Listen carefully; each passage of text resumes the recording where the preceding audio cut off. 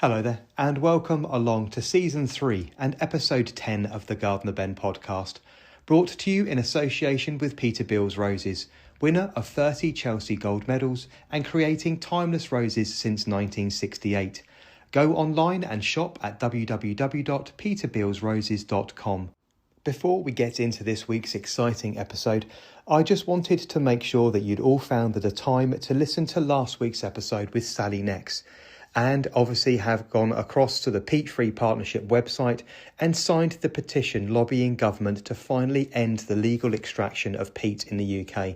This is something that's really important, and I know that will be very important to this week's guest.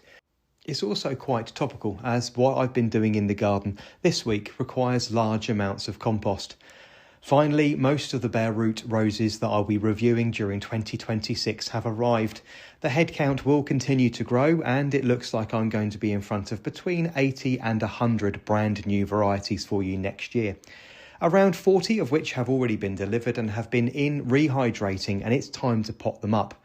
Now, the trial garden has undergone a little bit of a shuffle around, and I can't really continue to grow roses again and again and again in the same locations. Even though I'm heavily feeding my soil and making the amendments during planting, it's time to give the soil a little bit of a rest. I've also found that during the review process, it's easier for me to work with a rose in a container or pot. It saves my knees and means that I can actually gain much more media from the plant if I can move it around into different situations and maybe put it into several different backdrops to give you much more information about it. So I've decided this year to put all of my trial roses into containers. Out on the driveway right now is 2 tons of soil conditioner. Alongside this is a massive heap of John Innings No. 3, which is a mature shrub and tree loam-based compost. I'm going to be blending the 2 of these together in the cement mixer because it's just simpler and quicker to do so, potting up all of the roses and placing them round into the trial garden in trays. I'll be able to rotate these during the summer months and bring you lots and lots of content on them as they grow and develop. During the planting, I'm obviously going to be using the mycorrhizal fungi, which I talked to you about in a lot of my videos. And I'm also going to be giving them a good dose of blood, fish and bone meal to give them all the nutritional start they need to get away so I can bring you lots of amazing content next year. I've also started stripping out the trial garden. Last year's roses have started to move about into their final locations within my main collection at North Lodge. And although it's only a small start, I've managed to move around a dozen so far. This involves stripping out a bed alongside my new work studio and removing several really large shrubs. So massive amendments have had to be made to the soil here to make sure that the roses have absolutely everything they need. My style in the garden is incredibly relaxed, informal. I suppose you could describe it as being quite loosey-goosey, and I don't really pay attention to a huge amount of colour combinations. So instead of really paying much attention to the colour combinations, I wanted to plant the roses alongside my new work studio that really make my heart sing and have captivated my attention during 2025. So I can sit on the patio during my filming and enjoy them myself. So planted alongside the new work studio are Valentine Hart, Frilly Cuff, Charles Austin, Ashton Wold, Champagne Moment and It's a Wonderful Life. I'm also planning some developments elsewhere in the garden to take a lot of the roses from the trial garden over the next couple of months, including the redevelopment of the wildflower meadow. I've been working out some designs here and will be bringing you some content over the next few weeks about the process and spacing out of plants. But if I'm honest, I'm waiting for something very key to happen in the garden first. I have an idea about how to use up this year's trimmings from the weeping willow tree. Now, those of you that follow along closely along on Instagram, YouTube and TikTok, you'll know that the large willow or the weeping willow in the middle of the lawn here at North Lodge is a dominating feature. It is a huge tree, which we are very much in love with. However, our insurance company is not in love with this tree, and it is just within the bounds of our insurance policy if I keep it to below 7 metres. This tree grows incredibly quickly, and over a period of between 18 and 24 months, it can often grow in excess of 4 or 5 metres taller than the insurance company will allow. So every couple of years, as soon as it's dropped its leaves, I pollard the tree back, removing all of its weeping growth back to hard knuckles and a permanent framework, very much like pruning a rose. This doesn't normally cause a huge amount of problems, but now I am no longer working as a commercial landscaper and no longer drive a 3.5-ton tipper truck. What on earth do you do with a huge amount of waste produced from a project like this? I certainly can't afford to get a tree surgeon in to deal with it for me, so I had the bright idea of making all of this waste into a living or layered wildlife hedge. I've done this on a small scale before to keep the wildflower meadow off of flopping onto the path up in this area, but I have decided to try and turn this into some low hurdles and almost seaside groins in a very natural swirling pattern to give some height and dimension to this new area.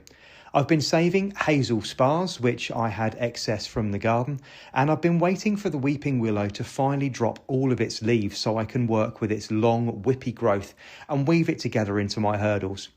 I've also got some plans to add some large upright pillars and posts to the area because I have an abundance of rambling and climbing roses which I simply don't have enough fences to house. So there's lots going on in this particular area, which I'm going to be sharing with you early in 2026. I also covered the subject of how to move and lift a rose in the garden on my Instagram, YouTube and TikTok channels this week. So if it's something that you're looking at doing, make sure that you head over to one of my channels now. If, for instance, you have a rose in the garden that's simply not thriving in the location that you've planted it in, perhaps you just want to have a bit of a shuffle about, or maybe you're moving properties this year and want to take something special with you. Make sure that you watch my full guide on Instagram, YouTube and TikTok now, and follow my full replanting guide afterwards to make sure that your rose gets the best possible start and rewards you with blooms through next season. I'm really pleased to announce this week's guest. I travelled all the way up to Hitchin on the outskirts of London several weeks ago to meet up with Philip Harkness, the fifth generation of the Harkness family, to be at the helm of the Harkness Rose Company. I hope that you enjoy the conversation that follows. Well, today on the Gardener podcast, I'm joined by Philip Harkness from Harkness Roses. Philip, welcome along to the podcast. It's so wonderful to meet you. Well, thank you, Ben. I'm going to enjoy answering some questions and seeing where we go. Thank you very much for making the time. I mean, I'm doing it obviously as you do with a little bit of research. The Harkness name is well renowned across the world. I've obviously encountered it many times doing what I do, not just with reviewing roses, but also at shows and things. But your name is much larger than that, isn't it? It goes back an awfully long way. Do you want to tell us a little bit about the history of the Harkness brand? We started off in 1879 in Yorkshire, and two young brothers who they had an exciting start to their business life. They very quickly started specialising in rose plants, and in the 1870s they suddenly found that actually their market wasn't just the locality and local markets. Mm-hmm. They found that there was a means of transporting plants across the country with these newfangled railways. They found that they could go to shows across the country and exhibit in different places. Mm-hmm. And then there was amateur gardening and magazine they could advertise in. And suddenly, from expecting to start a localised business, they realised they'd got something which could spread nationally. Yeah. And I think it's very, very much like we had the internet, which changed the world. Yes. And their data development may have been a bit slower, mm-hmm. but I bet it was just as exciting for them. I can imagine it was. All of a sudden, their wonderful creations being seen by many different people. And I believe the Harkness Rose Company back in the 1890s actually supplied roses to Queen Victoria. Queen Victoria was on the books. Yeah. So roses, I'm assuming, made their way to the Isle of Wight and to Osborne. Yeah. And we had Gertrude Jekyll as a customer. She put plants in a lot of her garden designs, particularly when she was working with Lutyens. Okay. So again, it's a really interesting to hear. And how has the company continued to develop since then? How many generations in are we? Well, I just about count as the fifth. Yes. So that's enough. It's a long time. Yeah. We moved down to Hitchin at the turn of the end of the 1800s, turn of the 1900s, mm-hmm. and one of the reasons for moving to Hitchin was that in those days the roses, a lot of them had a shorter flowering period. Yes. And the National Rose Society shows in London were timed for when the flowers were in flower in the south of England. So it was a decision really that the blooms would transport in better condition. Yeah, and you'd have more choice. Yeah. They won the National Rose Society championship in one year, and were told it was a fluke of the weather one of those years, and it wouldn't happen again. Yeah. It didn't happen again until the following year. But they realised that luck doesn't go on forever. So one of the brothers came down here. Yeah. To Hertfordshire, and chose somewhere that has heavy, stony clay soil. I can understand why they chose somewhere with clay soil. Clay soil is quite good for roses. Yes, yeah. But in the modern day, it's not all that good for agricultural equipment No. and the like. Yeah, and you're still growing roses here on this site now. We don't grow on this site now because it's just got too much clay and too many stones. Yeah. We get about 2 days a year when the soil isn't just right. Okay, when you can just work it. Yeah. It's just not practical in the modern world. Yeah, but the breeding, I've noticed the breeding houses are still here, and the pollination, the cross pollinations is still happening. We do all the breeding here and the cross pollination. Yeah, and we do the testing for the first 3 or 4 years. So that's all. That keeps me young and getting out of bed, because when you're looking at your new creations, your babies, there's nothing better. No, quite. I was just going to say, if they excite you, that's a really good sign they're going to excite other people, isn't it? If it excites someone old and difficult like me, yeah. So how many varieties off the top of your head do you think your family have created and put out into the world? So since the mid-1960s, when my father Jack started the modern breeding programme, I would guess that it's 450, 500. Wow. Okay, that's an awful lot of varieties, isn't Terrifying, it? Isn't it? Yeah, it is. And then you hear about those roses making their way to, say, for instance, America. I don't know if you're aware of Brad at Select Roses. Yep. He's up in Canada.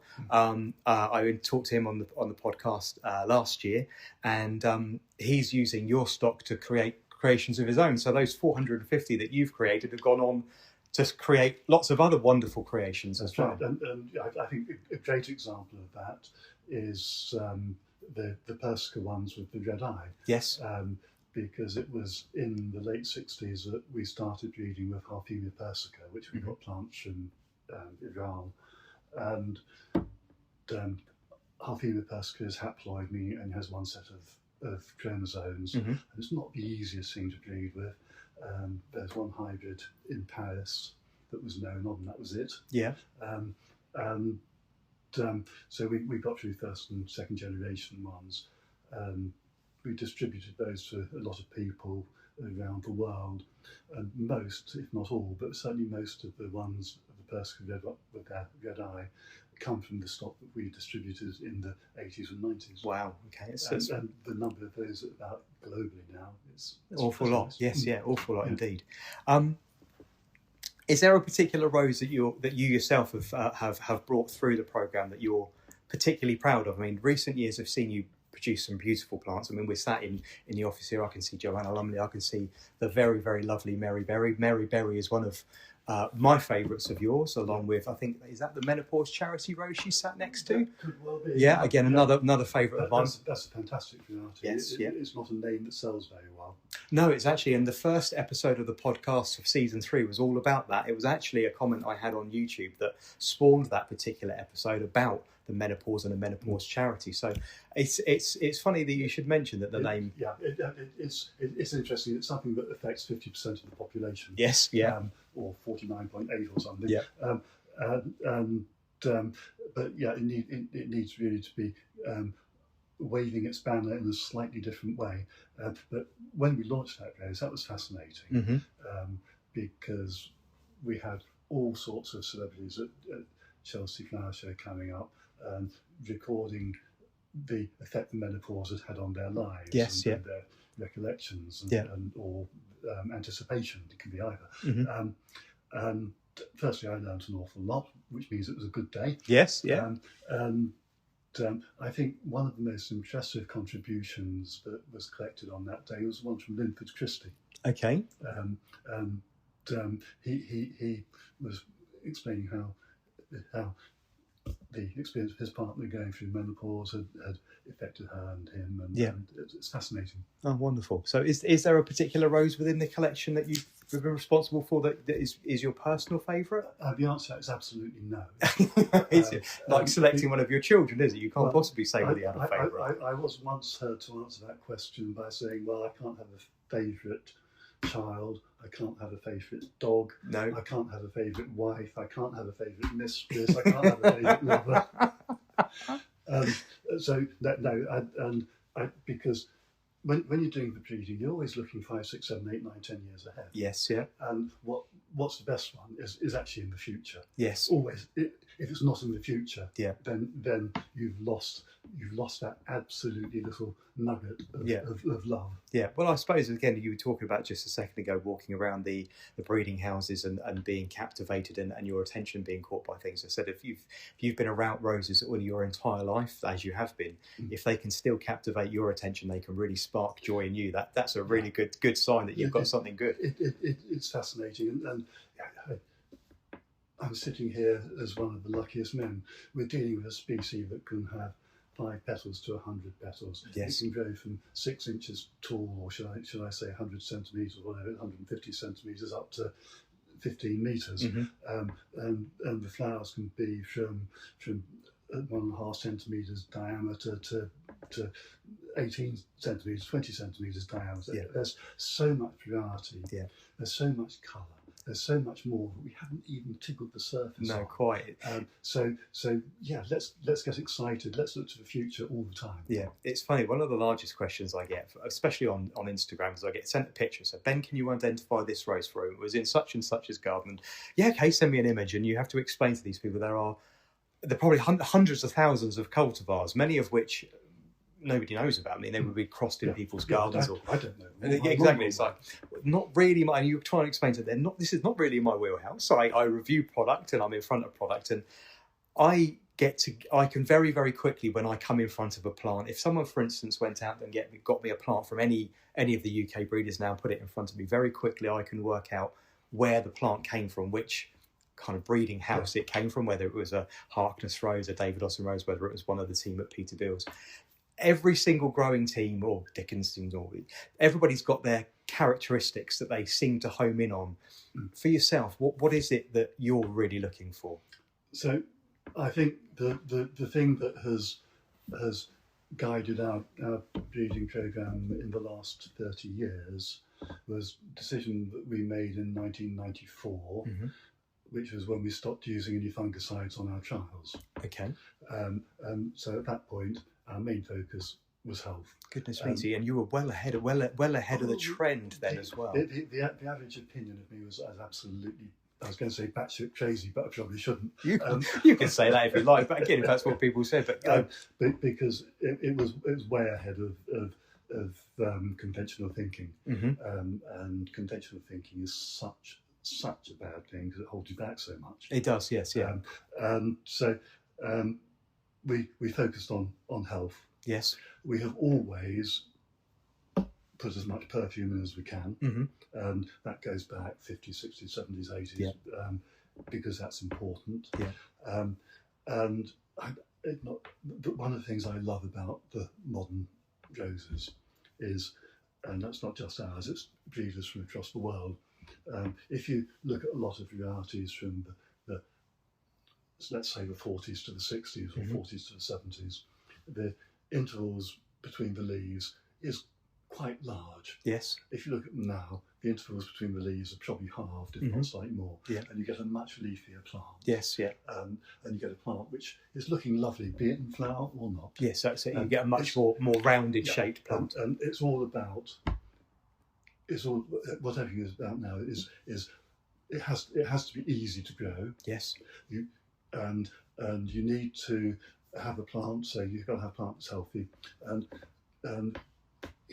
one of the questions you always ask is about pruning. Yes. And my answer is probably different to the average. Yeah. How do you tell someone to prune who's never pruned one before? So, okay, start off by saying that it's a very simple task that's been overcomplicated It has, yeah. by too many experts for a long time.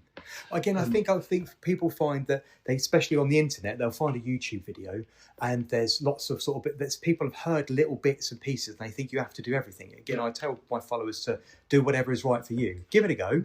If it doesn't work, that's give it a go. Yeah, because doing it start at the beginning. Yeah, well, doing it is better than not doing it. Exactly. And actually, it's very difficult to do it wrong. Yeah. Or it's very difficult to do it in a way that damages the plant. Mm-hmm. And you say, well, go back a few tens of thousands of years, and pruning was done by frost. It was done by fire. Mm-hmm. It was done by horses, by sheep, yeah. by donkeys, and none of those things read any manuals on how to do it. No, quite. Those have survived quite well. Yeah, they just took off the fleshy bits and left the woody bits. Yeah. So you're not going to do any worse than any of those. No. And with a modern variety, one of the aspects of having your leaves closer together is you have your eyes closer together. Mm-hmm. So the point that the new shoots come are closer together. Mm-hmm. And with a lot of modern ones, you really don't need to look and see whether an eye is facing inwards or outwards. No. Just cut it down. Yeah. And when it starts growing, if it's going the wrong way, trim it back and it will go out in the opposite direction. And it's as simple as that. Yeah. Again, I quite often tell people to just wait. Yeah. At the moment, we're obviously coming up to, we're just started bare root season, so stock is being lifted. And people will rebuff and say, well, wait a minute, I've had a rose delivered from Harkness or Peterbilt's or David Austin or any one of the other breeders, and it's been pruned. And I said, well, they have to do that. The rose has to come out the ground. That doesn't mean that the garden, your rose in your garden has to be pruned now.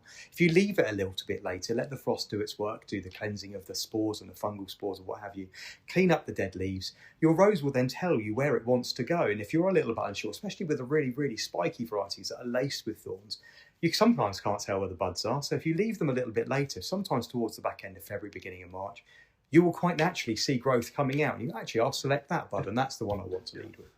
I think the other thing which people do with pruning is that they get pressured into doing it too early. Yes, yeah.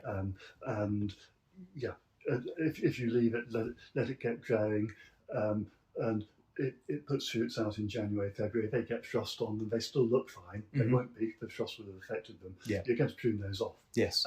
And that's how it should be. Yeah. Again, I was trying to explain to people that I try to put the science behind wherever I can, that why we do that. And so, well, at the moment, we're waiting for the sap to drop into the roots. They spent the whole summer and the autumn making starches and sugars. They're now storing those in their root systems like a tree would. Yep. If you cut the stems off too soon, one, you're going to take away starches and sugars that should have dropped in the root systems. And secondly, if the sap continues to drop, you're drawing air, you're drawing cold down into those stems, and you could end up with dieback. So just leave them alone. Now is the time for relaxing and planning for next year, and just waiting a little bit. Yeah, it's and it's because pruning has been made into a complicated subject. Yes, yeah, and it isn't. No. I think that the generations that have gone before, they made it more complicated than it is, because unless you make it complicated, you can't be seen as an expert. No. I think you hit the nail right on the head with that one, haven't you? Yeah. So why did you make the decision in the 90s to go pesticide free? What was it that drew you to that particular decision? Okay, so I've always had a view that chemicals are things that I personally don't enjoy using. Mm-hmm. And that goes way back to probably when I was about 11. Yeah. For those of you who don't know how many years ago that is, you can't count the tens on the fingers of one hand. It was a conversation that my dad was having with the guy who was putting the insecticide on the crop, and he was saying he wanted to put on this one which would kill most things. Yeah. My dad said, no, you can't do that, because that will kill off the ones that are beneficial we want to keep. Yes. You put on the most specific one you can. Indeed, yeah. And my dad was passionate about life, all life, mm-hmm. from nematodes upwards. Yeah. He was passionate about the globe and the environment, and when I was 11, that just stuck with me. Okay. And I've always avoided the gratuitous use of chemicals, and it was just nothing short of an absolute pleasure to stop using fungicides. Okay, it was something I was going to ask you, whether your father had the same sort of outlook as you did, and by the sounds of things, that was very, very much so. Fostered by him. Yeah, he gave that attitude to me. Yeah. Oh, wonderful. Again, because it went well ahead of the curve. Yeah, miles ahead. And yeah, it's the right place to go. Yes, yeah, quite. Again, I have been quite open on my media channels that sometimes there are cause to use chemicals in the garden. I would class myself as an organic gardener at home, but I had to use a herbicide about 4 months ago. Yeah. And I did quite a large piece of media, and I'm really, really upfront with these things. If you do something, in my opinion, there's no point in hiding it behind and actually being one thing and being another. Actually, if I do this, I'm going to tell people about it. And I thought, I'm going to get a bit of a backlash here. So I stood up in what was my wildflower meadow and said, right, the use of my garden has now changed. I now need to do something else with it. And I had a 150 square metre wildflower meadow. I've got so many roses I've reviewed now that I want to keep, and I've got another 60 coming through for next year that I need to review. Where am I going to put all these plants? So I need to get rid of this space, and the only way of realistically doing it is to spray it with a herbicide. And if I sprayed it with a herbicide, this is what I'm going to do, and this is how I'm going to do it. More importantly, I'm going to make sure I do it early in the morning. I'm going to make sure that it's dry and there's nothing for a pollinator flying. I'm going to make sure that there's no wind about, and I'll explain the steps. And that particular piece of media was really well received by people, saying, I'm really glad that you dispelled the myth that I just thought I was going to kill everything. And I said, well, yeah, you are. I am doing something that a lot of people don't feel comfortable with, but I could either sign myself up for 8 years weeding, or I could try and deal with this now at this time of year, and I could do this in a way that limits things. And I think that was, again, really important for people to hear that actually sometimes you do need to make a move. You can't do it perfectly all the time. And as long as we all try and make the right decisions and think about what we're doing, that's the most important thing to do. Yeah, absolutely. And if you do resort to using the chemicals, what you're saying there with the way you do it, the way you think through it, it's knock-on effects, and you mitigate as many of those as possible. That is a perfectly acceptable way of managing it. See, in home trials at home, obviously, I've now reviewed just over 200 roses. It's quite a lot. I reviewed 81 in 2025 alone. A trial for me normally lasts between 6 and 15 months. The plant will be in the ground. A plant that's launched, again, I'm very different to a lot of people. A plant that is launched brand new, for instance, a new variety, for instance, Catherine's Rose, that was launched by yourselves. That will get a first impressions from me in its first year, and it will wait probably 18 months before I say, actually, in home trials, this, and this. And again, people are interested to find that actually I'm doing something probably very similar to you in your field trials. They go into a border, they don't get looked after particularly well. I don't overly water, I don't spray with anything, I don't play around with them. The idea of those trials is to find out what the rose does, how resilient it is. Yeah, in other parts of the industry, you call it stress testing. Yes, yeah. We have always given our trials what I describe as a tough time. Yeah. To the extent that you sometimes put in the odd variety you know that's going to introduce disease. Okay. Because you need to know. Yes, yeah. It's when we put something on, we want to know that we've seen it the worst it'll ever be. Mm-hmm. You can see it the best in lots and lots of places. Of course, yeah. So that's how bad can it get? Yeah. Let's find that out. And if we still like it when it's at its worst, then that's going to do well. Because let's face it, even the most well-equipped gardener at home is going to miss the odd watering. They're going to miss the odd mulching, and it's going to get stressed. And sometimes, again, it's not going to do as well as it could do. Yeah. So, I would much rather people spent their time, their effort, their energy, and their money on feeding and watering, yes, than on treating diseases. Yes, I would much rather that they let the greenfly come, and that the beneficial insects and the birds came and took them away, and you get an ecological balance. Yeah. And if you can't live with a few greenfly, then you ought to ask yourself some questions. Well, again, I've accused people of there was one. I remember one particular fellow. After several messages over a period of weeks, I said, I'm not entirely sure growing roses is for you. I'm going to put it on the table. You're a little bit neurotic, I said to this person. I said, I've got a feeling you need to just calm down a little bit and just leave it alone, because it is fine. Again, trying to explain to people that the population of aphids will explode in February and March. You have to have the cornerstone food source to be able to feed beneficial insects and birds. And then you explain the food chain to people. It's like, okay, well, you're feeding the birds with peanuts and seeds, but actually they want to feed birds in the nest. They want to feed them green fly and aphids. And if you poison them, they're going to take those back to a nest and feed their young to them. And how would you feel about your children eating a load of chemicals that's not good for them? And they go, oh, actually, wait, if you just hold, and I do every single year, and the post is always called Steady Hold with myself. Just hold your ground. I promise you, it will happen. The tide will change. Yeah, I would much rather go to Chelsea Flower Show with a few dreamfly. Yes. Than have had to spray them with an insecticide. Yeah. And they do mark me down for dreamfly. Do they really? Yeah. Oh, that's very disappointing to It is, isn't it? Yeah. Especially as we move to a much more... Yeah, because I know that we've seen our first weeds, haven't we? What we would classify as weeds or wildflowers at Chelsea, and reclaimed spaces. So that's disappointing to hear. Yeah, well, it's possible one or two of the exhibitors might not be overly impressed as well. Well, they're always impressed if a bumblebee or a hoverfly comes along. Well, you can guarantee you'll see a picture or a video of those. Yeah, but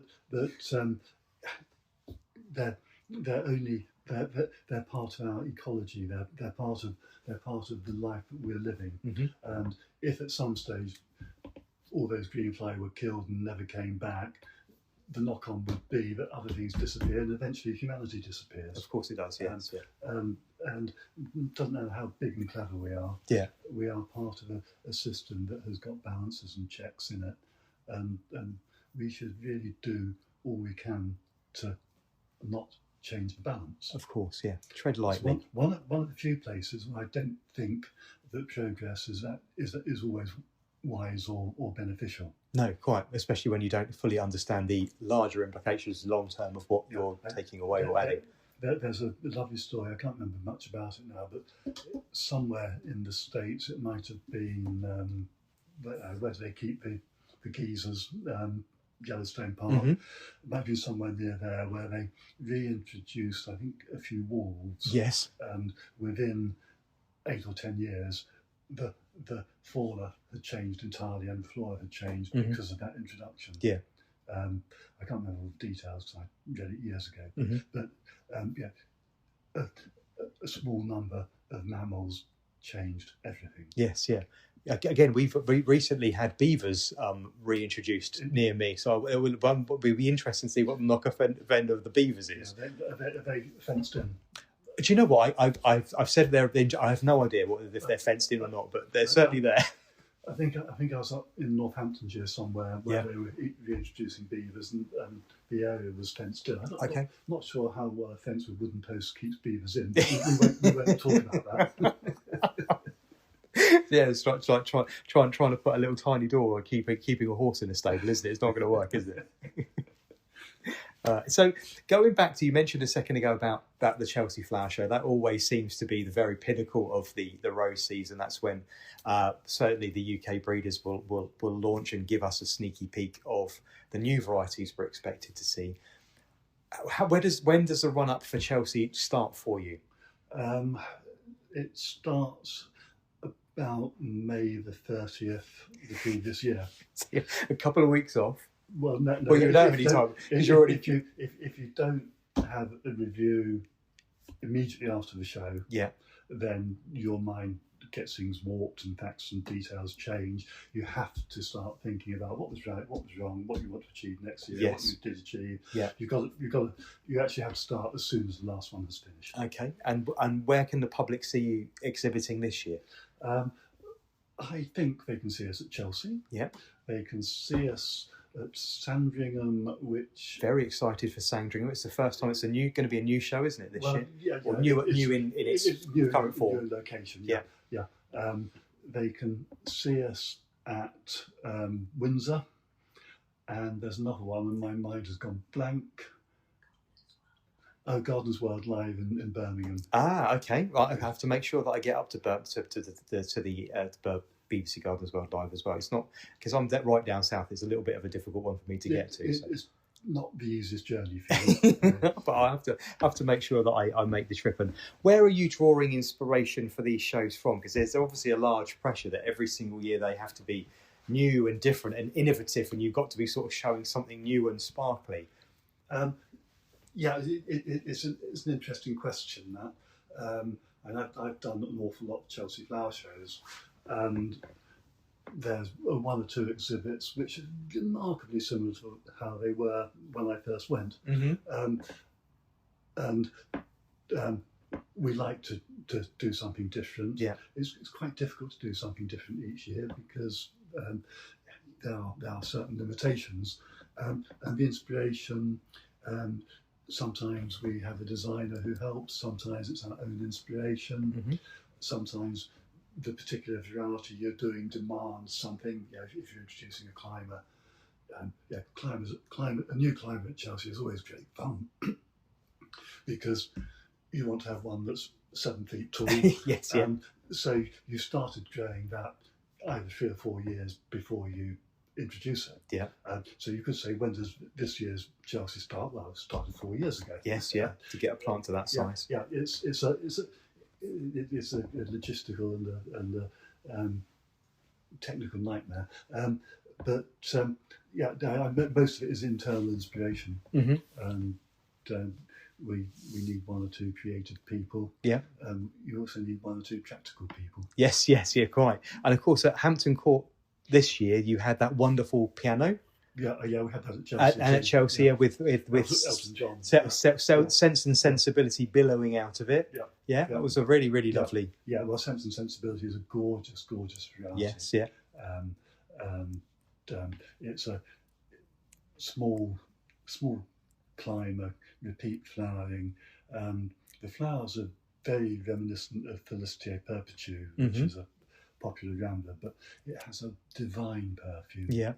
Sense and Sensibility, repeat flowers and big clusters of flowers. Huge sprays. It's absolutely gorgeous. See, I've missed a little bit of a trick with mine at home. I've got it planted in a really large barrel because run out of space. So I had 2 roses of yours. Actually, I had the Menopause Charity Rose, and I had Sense and Sensibility to squeeze in right last. And I thought, where am I going to put it? I tell you what, there's space in those 2 barrels. I put one in one barrel and one in the other. But I had to I didn't have to dead it. I dead-headed it. And now, would it produce really good hips at this time of year if I'd left those flowers on? The hips are tiny. Yes. But yeah, they would turn into hips. Oh, okay. The other one that's fantastic for hips. Have you come across the Simple Life? No, not one I've seen yet. The Simple Life climbing one.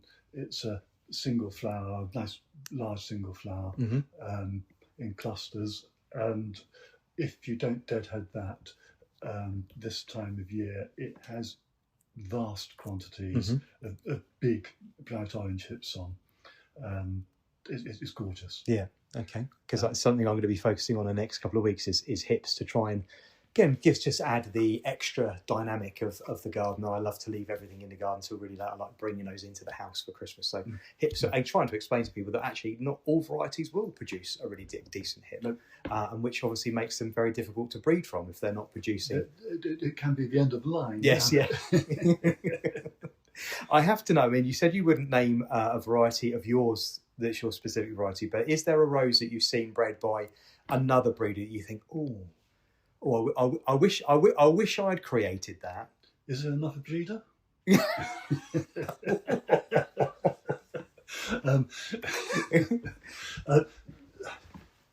Is there one that's particularly caught your attention in the past? Yeah, the thing about it is that it doesn't matter who has bred anything. If it's lovely, it's lovely. Beautiful. Yeah, and the world is a better place with it out there. Absolutely. And I'm a very kind of harsh person when it comes down to those plants. You judge them, you can mark them out of 10 or 100. It doesn't make any difference. No. And I never give anything above 8.5. Again, people are always asking me, because I over the period of 6-7 years that I've now been reviewing roses, I've had to develop ways of and lean into what people actually want to see. So we started off with a fragrance rating, because that's obviously very important to people.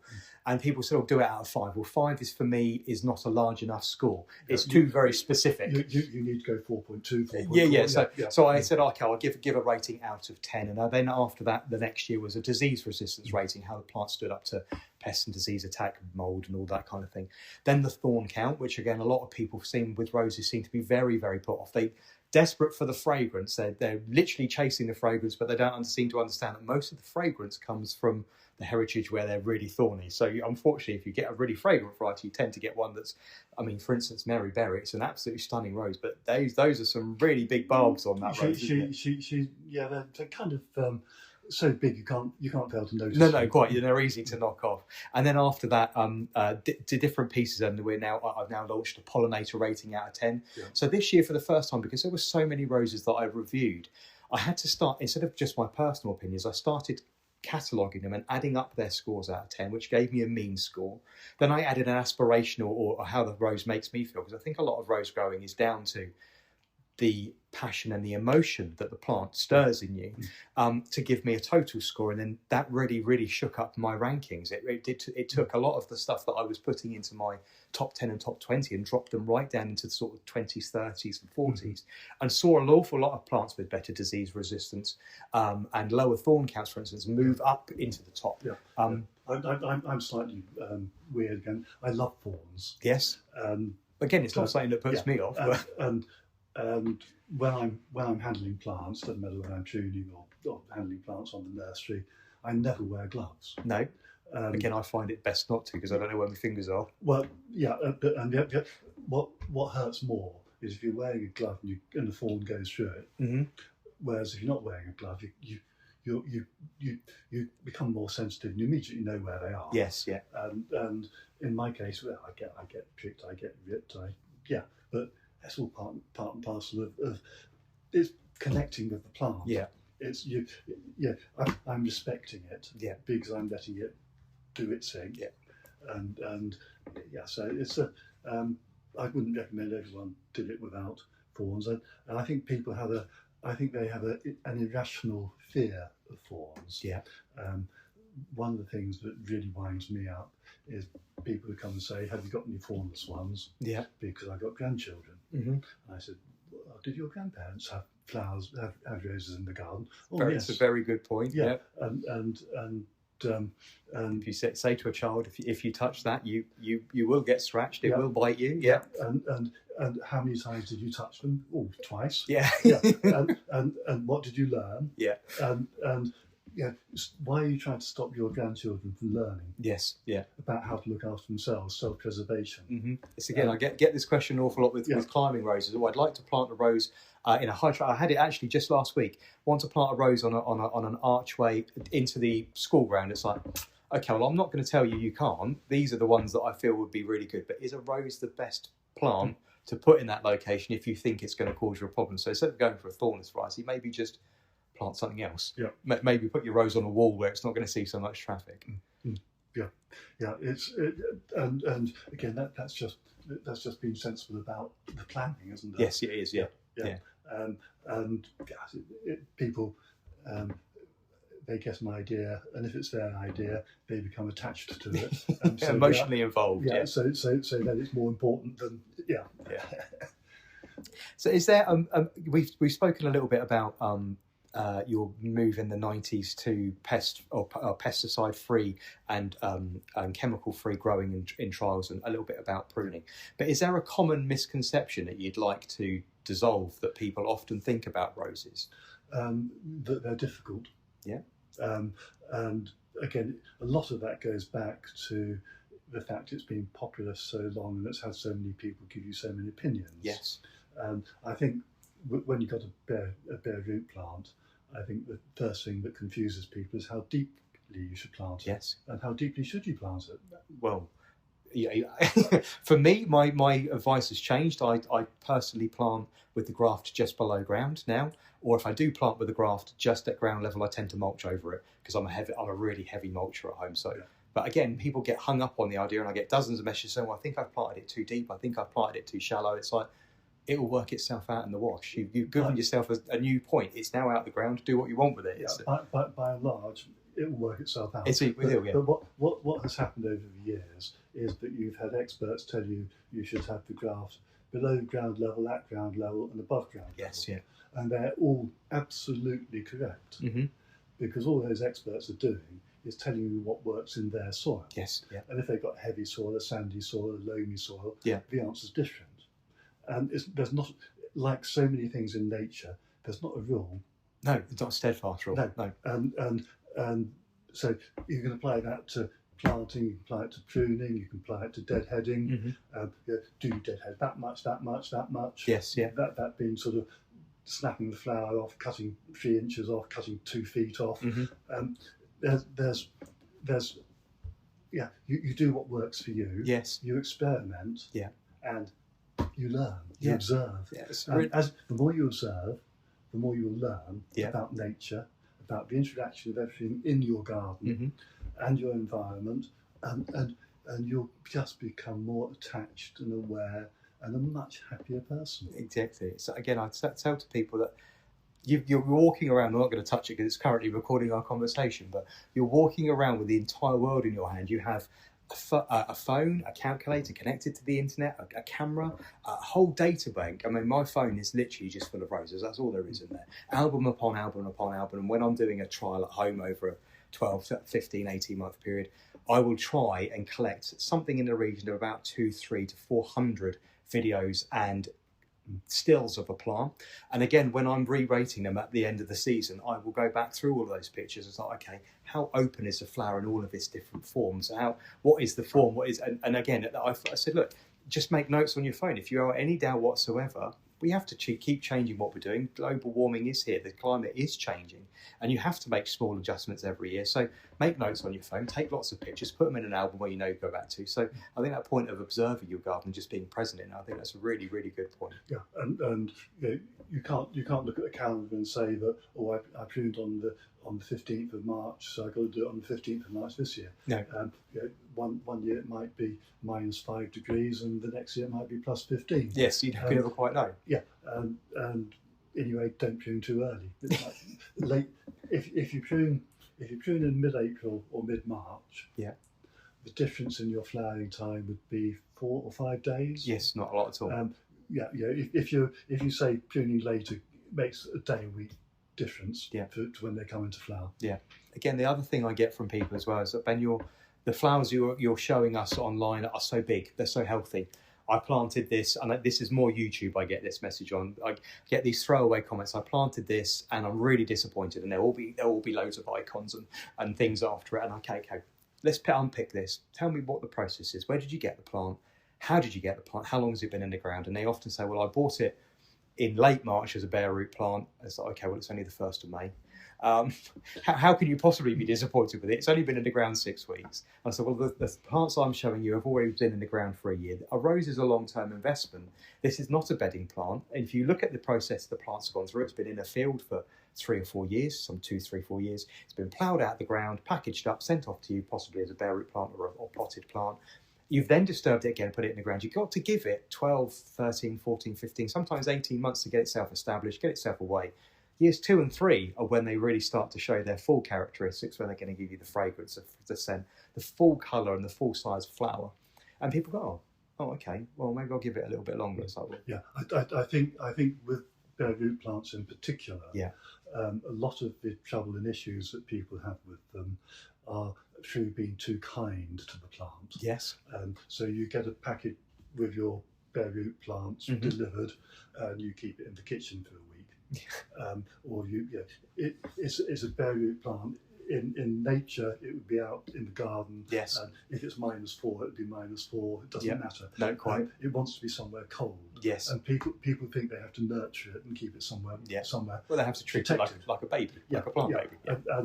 And so that's being too kind to it. Yeah. And the other thing that can prevent the development of the bare root plant is overwatering. And I always describe planting a bare root plant. Yes, you need to keep them well watered, and if it's hot and dry, you water them. If it's raining, you ignore them. I always describe as being a bit like teenagers. Mm-hmm. The more you give them, the less they do. Yeah. So if you water it every day, yeah. it will think, hey, this is good.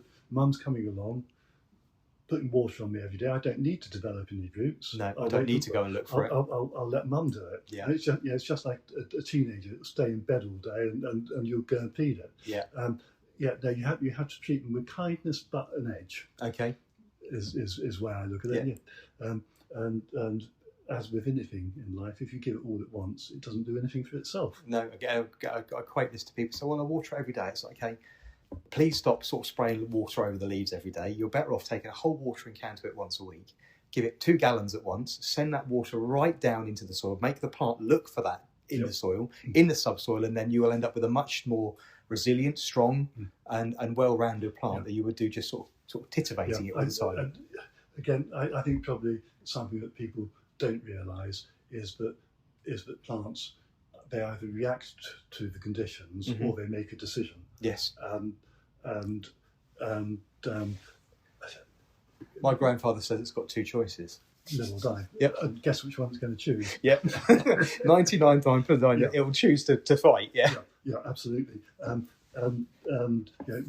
when you get a really, really hot spell, and if you go to somewhere hot part of Spain, in the midsummer, the rose plants there, if they're not being irrigated, they just stop flowering. They just sit there. Yeah, they'll conserve their energy. Decide it's too hot, conserve my energy, and then I'll come back and flower when it cools down and there's more water. Yeah. They'll react to whatever conditions you do it. And that plant in Spain might start its life being grown in Scotland, and it still knows how to react to Spanish weather. Yes. Again, it's a really interesting point. I'm just astonished by, with a footprint like mine, it's just shy of 100,000 followers across the multiple platforms I use, just how far and wide people are growing roses. I mean, I've got followers messaging me from India, from China, from Japan, from Canada, from places like India and even Saudi Arabia. You think, goodness me, we're talking about climates that are all over the place, and they're still producing beautiful roses. They're still tending their plants, and it just absolutely astonishes me. The rose is a popular plant globally. Yes, yeah. The furthest north we have ever sent plants is to Iceland, and I think the furthest south is probably to the Falkland Islands. Okay. And those places in between. Yes, yeah. Almost latitudes in between. And the whole view that has to have specific conditions. No, it doesn't. No. My favourite order that we've ever received, I liked it because of its pure simplicity. It goes back a long time. It goes back to when the Shah was still ruling Iran.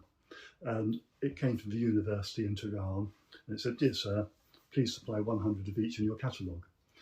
I thought that ordering about 32,000 plants in one line was quite good going. Yeah. And the plants in that university, they went through all the troubles in Iran, and about 4 or 5 years ago, some of them were still doing quite well.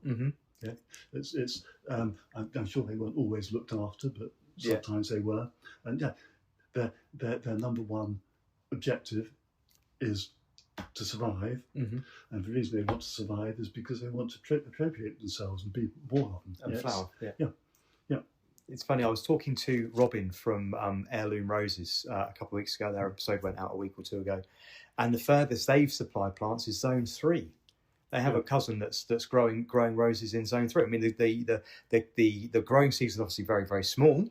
And the varieties that they can grow that actually sort of survive their way through the winter without too much hassle is incredibly small. But I was just absolutely astonished to hear that there were plants that far north, and they were still flowering. And I can imagine their flowering season was just absolutely glorious. I mean, that eruption of flowers, much like the Serengeti getting rain after a long period of dry. It's a case of the less you have, the more valuable it is. Yes, quite. So that was really interesting to hear. So it's really interesting to hear that the plants have spread that far. And say, speaking to Heirloom Roses, Braddock Select Roses, taken to Grace Rose Farm, They're all aware of your name. They've all got roses within their collections or use them in their own breeding program. So those 450 plants that your family have produced are producing hundreds of thousands of varieties across the world. It's an awesome thing to think of.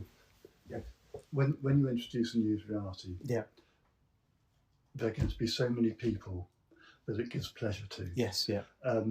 And it is quite humbling to think how much it means to people. Yes, and again, it goes back to things like the menopause charity rose. That actually, to the comments I had back from the particular episode that was brought about by those comments online about that rose. I said I was really, really touched by people messaging me saying, "Oh, I'm really glad that you spoke about it," because actually there's a bit of a stigma about it, and I think it breaks. If you can reach one or two people, I think everything that you do is worthwhile. Yeah. And we historically we've always done a lot in partnership with charities, and a charity can benefit from having a rose named for it basically in two ways. Yes. One is it raises some money for the charity, which is good, but the other is that when somebody buys a plant, if they often buy, if it's a charity one, they buy it because they've got a connection with it or whatever it may be, and they have it in their garden, and 5, 6, 7 years later they're having a barbecue, they're walking around the garden with a glass of wine, and they say, and that one, I bought that one because of its charity connection. And it starts a conversation. And the plant in the garden will remind that person who bought it of that charity for several years to come, and for the charity that's good news. Yes, of course. Yeah. See, I'm very much like that. I'm very much a sentimental old fool. All of the plants in my garden came from somewhere. I know where they came from. When we moved to our current house, we moved a staggering 640 plants with us, some of which were in pots half the size of this table. I mean, they were enormous. And my tumble down cottage had a hole in the roof and no running water and a kitchen that didn't function. But the first thing that got done was the garden, because it was either plant the 640 plants or water the 640 plants. So there was a very clear run. It was easier to get the garden sorted before it was to get the cottage. So before we even had the bathroom done or anything. So going back to the points that we made a second ago about sort of ecology and the environment, do you think what is the biggest threat to the horticulture industry right now? I mean, obviously, your family have been involved with the horticulture industry for many, many years. Can you see something that we're not looking at that maybe? Well, yeah, for horticulture, the biggest threat is a generation who don't have any connection with horticulture and love of plants. Yeah, and it's actually a bigger threat to those people who don't have that connection, because their lives will be so much emptier. Yes. And their understanding of the world they live in will be diminished. Do you think that's because we've become disconnected and we're now sort of attached to devices and entertainment? We're hardly detached from nature. Yeah.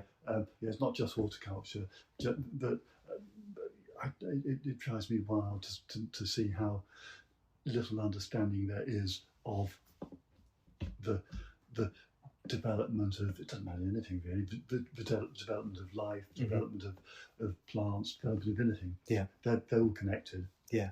You can't separate. So we had a little bit of a resurgence, didn't we, during lockdown 5 years ago, and then unfortunately I got really upset as a gardener because I thought, oh, this is going to be my time. I'm going to be able to take what I do practically day to day, because I've been a professional horticulturist for over 30 years. And it was nearly time for me to start thinking about hanging up the tools, because obviously your knees start to go, your shoulders start to go. And I thought, well, I've got to do something else.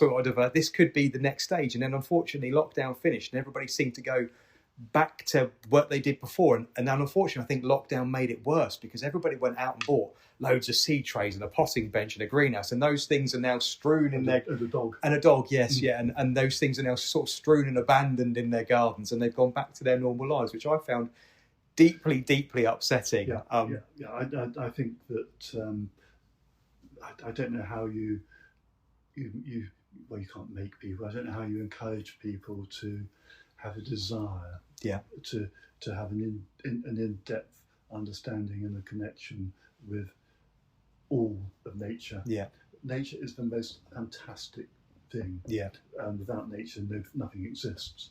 But when you look at just looking at rose, the things that nature does, the perfection of the symmetry of the flowers, the petal arrangement, the fronds, the leaves, and the whole thing is just it's geometrically perfect. It's you need to appreciate and look at the beauty, and that beauty you can see it in an aphid.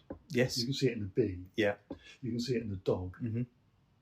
We take them all for granted. Yes, I think that's the issue. It's a really good point. And one of the biggest things I say time and time again is that I'm always gladdened and really warmed by how many people I talk to within the horticultural industry, and it's been quite a lot now, that their journey is very similar to mine. They went out into the garden age, 4 or 5, with a pair of wellies on, and they did a little bit of pond dipping, and then they got quite interested in growing some seeds, and there was an adult somewhere. It doesn't matter who the adult was, whether it was a parent or caregiver or an adult. For me, it was actually a next door neighbour. I used to hop over the little 3-foot fence between me and my next door neighbour, and I would have milky cups of tea next to a bonfire, and he would help me sow things in the greenhouse, and we pruned fruit trees.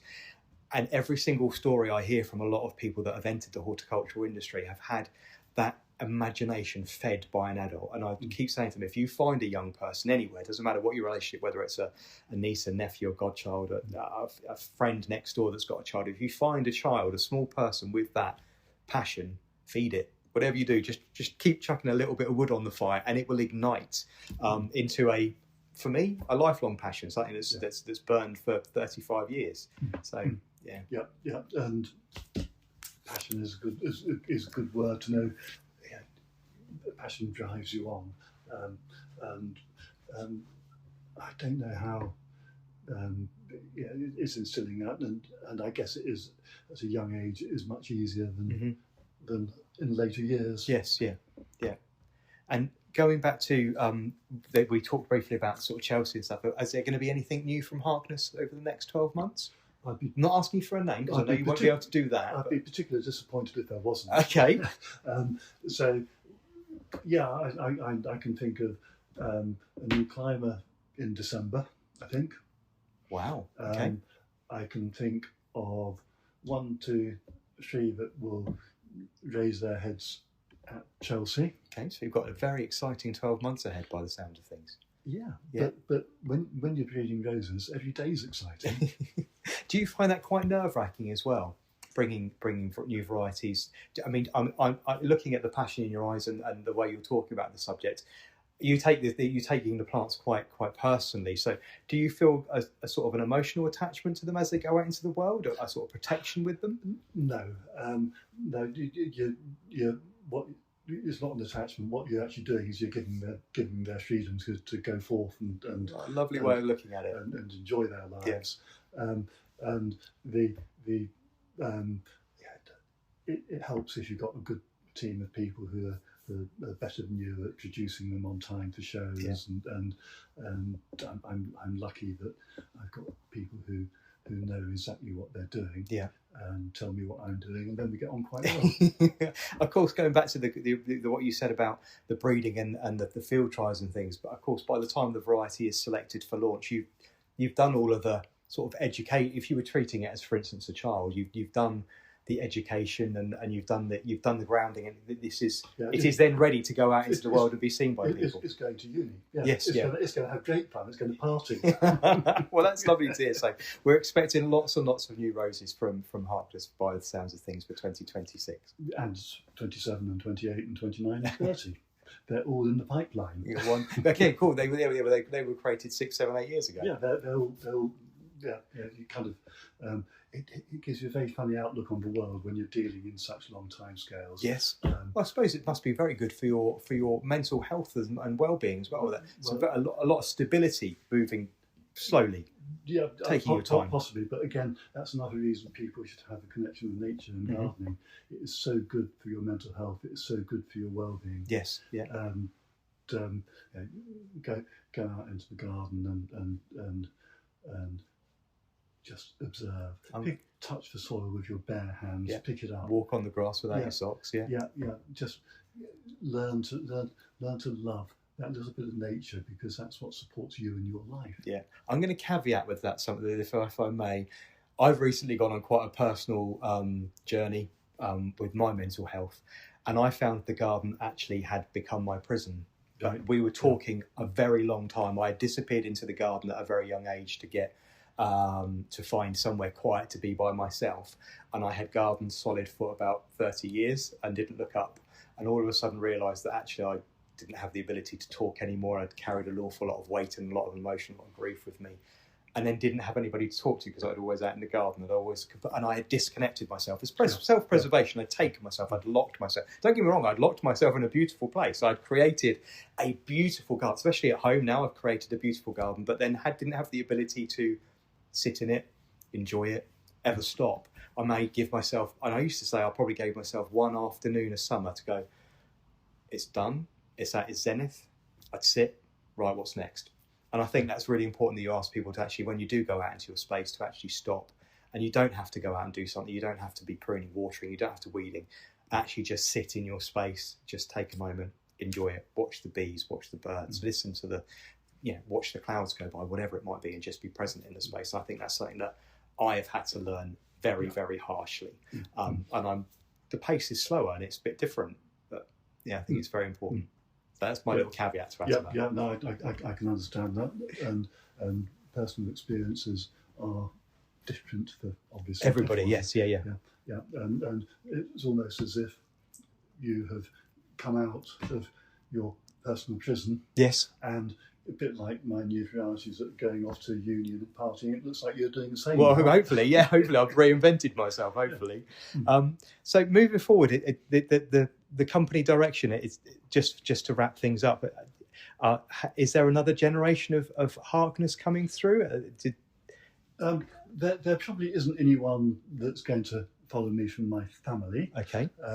But we've got our future secured with the business. We can see the next 15, 20 years. And if we can see the next 15, 20 years, I can assure you that there'll be lots of hiccups that we haven't anticipated. Yes, quite. There's obviously an awful lot of change that can happen at that time scale as well. And artificial intelligence. I haven't quite worked out its role in horticulture yet. No, but it'll have one. Yeah, my husband and I disagree over this kind of thing, because he absolutely loves AI. As part of his job, he uses it quite a lot to rewrite and fact check things. And I found that I'm actually creating AI, which I'm quite astonished by. The reviews that I put online actually make up an awful lot of the Google search and an awful lot of the information, and I'm quoted and cited all over the internet. Or these because the transcripts of what I say get downloaded, and I was sort of like, wait a minute, I'm actually writing script. How did this? I've become AI. How did that happen? It's going to be an interesting one. It is indeed. Again, it's going to be a massive change to the way people spend their time. Yes. You can see. I've seen one or two people I know who are heavily into it. It put to use in a commercial way, and it's quite terrifying. Yes. We can do this with AI, and that would have taken 20 people. Yeah. And that's going to cause us to stop and look, I'm sure. Well, we saw this once in history already, haven't we? We've seen the Industrial Revolution, and that was a wonderful thing to happen, but then all of a sudden lots of people with not a great deal to do, but consume things. And our revolutions are becoming closer and closer. You've got the I guess you could say the Second World War was a revolution. Yes, yeah. You could say the advent of the internet was a revolution. Yeah. The advent of AI is going to be a revolution, and the one after that will probably be, who knows? Ask AI. Yes, yeah, quite. Philip, it's been really, really wonderful to talk to you today. Thank you so much for being so generous with your time. I look forward to seeing you at show season this year. Yeah. Well, I shall be at the odd show. Yes. On the odd day. Wonderful. And I'll be doing my best to behave well. Well, life shouldn't always be well behaved. Life is messy. So, thank you very much for your time today. It's been a pleasure. Ben. Thank you very much. Thank you very much. I hope that you enjoyed listening to the conversation with Philip Harkness as much as I did having it, with our conversation flip-flopping all over different subject matters and topics, including obviously roses. Next week, the Gardener Ben podcast heads back down to the south coast of England and a garden designer living very close to me here in the New Forest. During the summer months, I met David Long of David Long's Garden Designs at the Bewley Spring Gardeners World Fair, and I got to interview him on his beautiful garden installation. I wanted to touch base once again with David and talk about the garden and his process as a garden designer, so catch our conversation next week. The Gardener Ben podcast is brought to you in association with Peter Beals Roses, winner of 30 Chelsea Gold medals and creating timeless roses since 1968. Go online and shop at www.peterbealsroses.com and make sure that you're following along on Instagram and TikTok. Until next week, happy gardening.